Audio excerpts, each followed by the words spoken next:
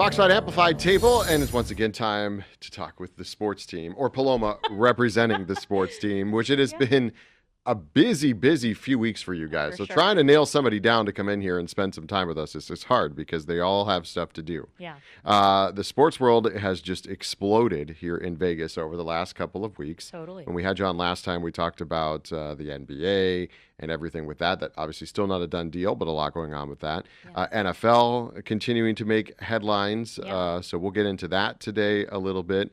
UNLV season sort of wrapped up as far as basketball goes. And now you're kind of onto I think, spring ball, right? Spring ball, so you got a chance to sit down. You talk with the coaches all the time. Yes. We're on your show, Yes. Dan, Josh, and you got to talk with the athletic director. Yes, Eric Harper. So as we know, if you follow any college sports, you know how crazy it is of all the changes happening, the transfer portal, NIL. It is kind of the wild, wild west. Yeah, well, because it's all college new. Sports. It's all new. Yeah. Post-COVID, now kids are transferring every year. That has just become the norm. Yeah. So I give a lot of credit to these coaches that are building a brand new team every single year. And there's just no regulation on how much you can pay players. Every school is doing something different. So on Friday, President Trump actually signed an order trying to put more rules, more regulation around the transfer portal, trying to make sure that there's a little bit more structure going forward. So I sat down with UNLV's athletic director, Eric Harper. Now, UNLV, not a Power 4 school, Mountain West, group of 6.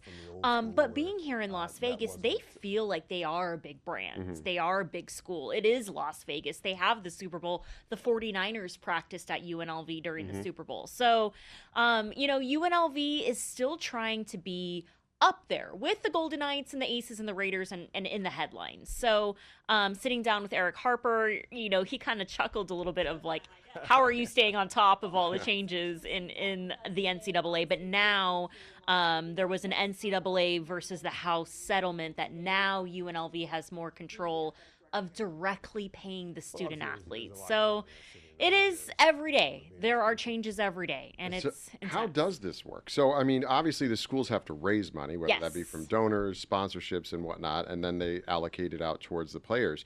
But to your point, especially if a player's chasing money, they're going from place to place to place. Yeah. I would think that'd be difficult on them. But yeah, it really is difficult to build a team or a successful one year after year. So about 2 years ago, UNLV's starting quarterback, Matt Sluka, left 3 games into the season for an NIL dispute. And about 2 years ago, UNLV and different colleges, their hands were tied. It was all third parties that the schools were using for donors and all this money. It's just been really confusing and really hard to nail down the specifics of what you can and can't do.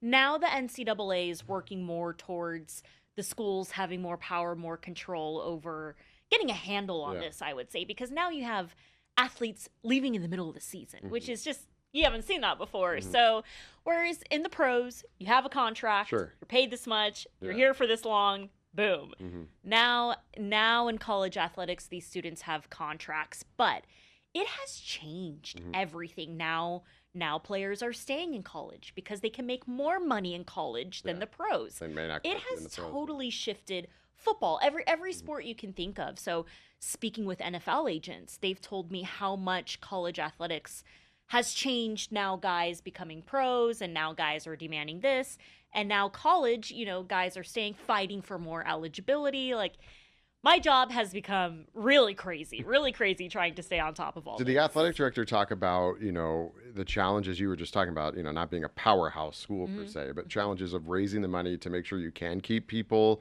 as much as you can try, at least, so they don't just go to another school because they get more money? And it's funny that we even talk about that in this city of billionaires and millionaires and all the casinos and all the infrastructure here in Vegas. It's funny that we even say, oh, there's a donor issue, because there are some deep pockets in this city. So I think that's what UNLV is trying to do, is continue to market the brand of UNLV.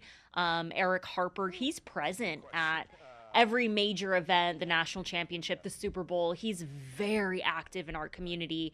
So I do think UNLV is ahead of the game when it comes to other Mountain West schools that are in Boise or, smaller towns. So the Rebels and UNLV, they have a huge opportunity here in Las Vegas for their brand, for their campus, for their facilities to be in that national spotlight. I would think you do talk, there are a lot of deep pockets, but a lot of especially when it comes to college, it's a lot of times tied to your alumni, right? Yeah, And yeah. those are the people that give you the money, the Yeah. alumni with money. And while there are some big alumni, I'm sure, from UNLV, but they're not pulling in the And it's millions hard. billions. It's hard because UNLV is not Alabama. Yeah. It's not an SC where they've had hundreds of years of money. So you come to March Madness, you look at the teams that are in March Madness.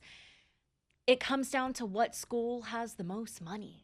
Those are the schools in the top in the games. And now now it's what school has the most money? That's the school that's going to get the best players. That's the school that's going to win. And that was the like one of the national arguments right before NIL was like, Yeah. you kind of kept the college sports were sort of like this innocence of players coming up, and then they made their jump to the Yes. big leagues. Yeah. All right, more power to you, do whatever you want. But now this has added a lot of those elements into college. Exactly. It's made it And a lot more it's difficult. really weeded out the smaller schools. We're not seeing group of 6 schools in the Final Four, in the Elite 8, in the national championship. So I don't know. It's tough, but we're navigating it every day of all the changes that are happening.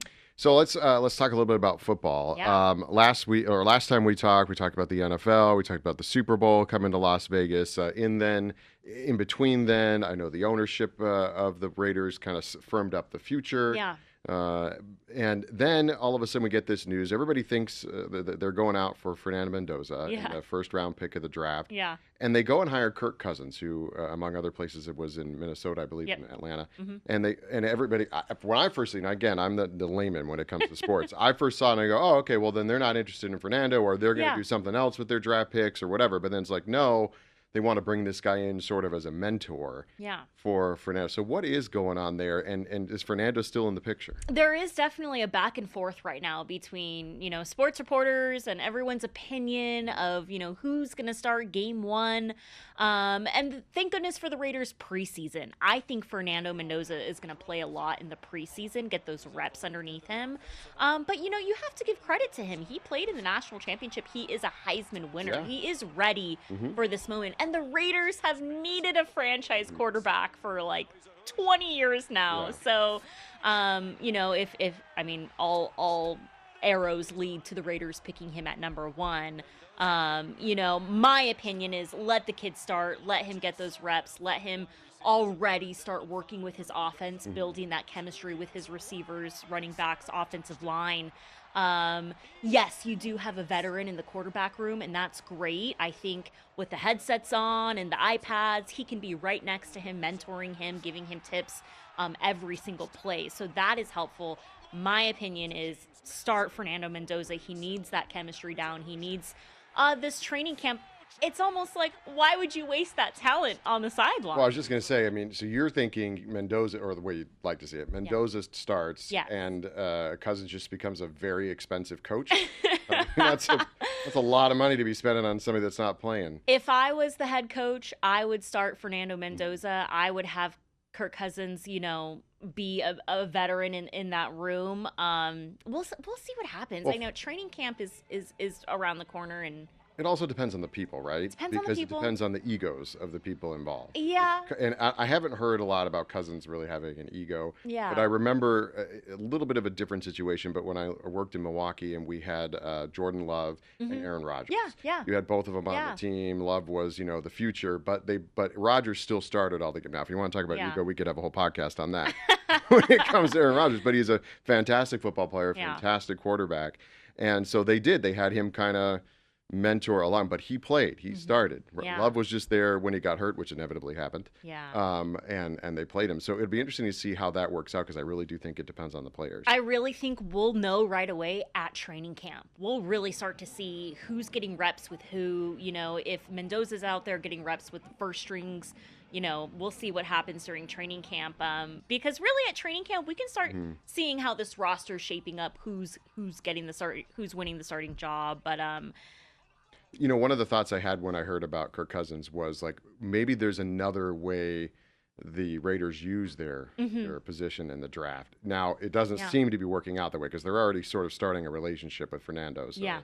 Yeah, he's in the building this week to do his pre-draft visit, and Kevin's out there. Kevin Bollinger does such a great job with the Raiders too. So I know we're traveling to the draft, so we're going to be the only station out there It's in Pittsburgh this year. So we're all over it. Yeah, the energy at a draft, even for somebody, and I attended the draft last year in Green Bay.